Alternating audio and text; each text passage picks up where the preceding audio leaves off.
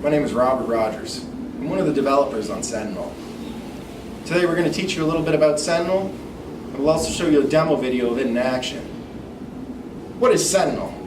Sentinel is a device that simulates other devices within your network for the purpose of appearing to be an easy target to hack. Once a hacker has infiltrated into your network, typically through either a workstation, getting infected with a remote administration tool or a Trojan, or it could perhaps be from one of your servers which has services exposed publicly to the internet that becomes compromised. The attacker will then conduct reconnaissance within your network to figure out what other devices within your network they can easily spread to. What does Sentinel do to help in these situations?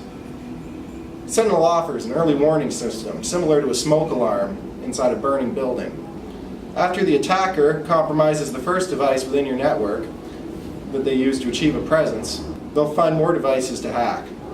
The Sentinel unit will alert the administrator before the attacker can do any damage. Sentinel will give the administrators the information that they need to resolve this issue before it turns into a large data breach. Sentinel allows administrators to easily identify devices within their network that have been compromised by malicious actors, removing their presence off your network and bringing it back into a safe state. Sentinel's network stack is able to perfectly mimic the devices that it pretends to be. This is Sentinel. A small box that helps protect you from hackers. Sentinel connects to any existing network using an Ethernet cable. The unit also is powered off of a 12-volt power supply.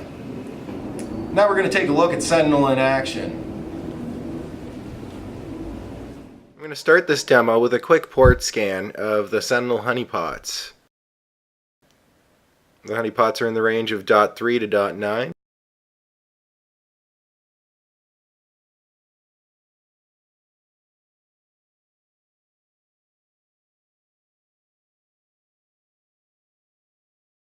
So you can see that the MySQL server has SSH, HTTP, and MySQL, much like you'd expect to see. Server 2003 box has all the services that are on by default. The 2008 honeypot is in the same situation. All the default services are turned on.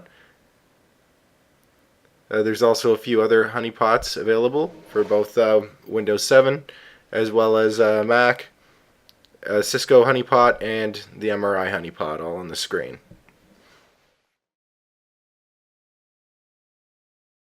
Here's the Sentinel dashboard with graphs and attack data from previous testing.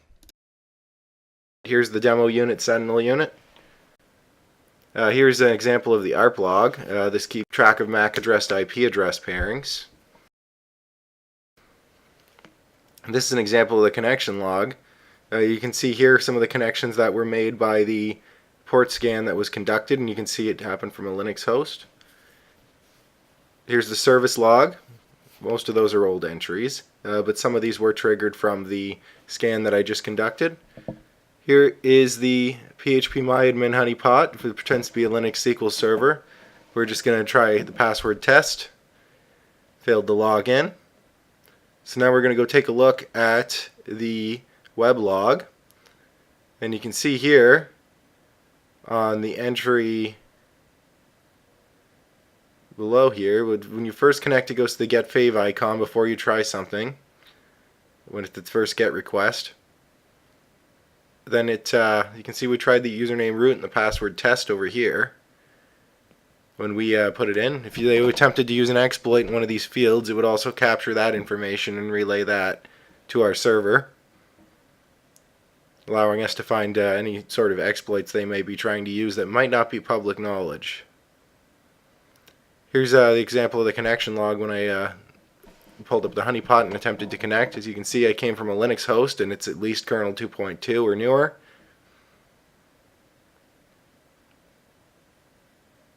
And on the service log, we'll just get that set up here fresh. We're going to just try to SSH to this honeypot. This will fail with a protocol mismatch. Now we go back here, and you can see I did this from a Debian computer using the official SSH binary.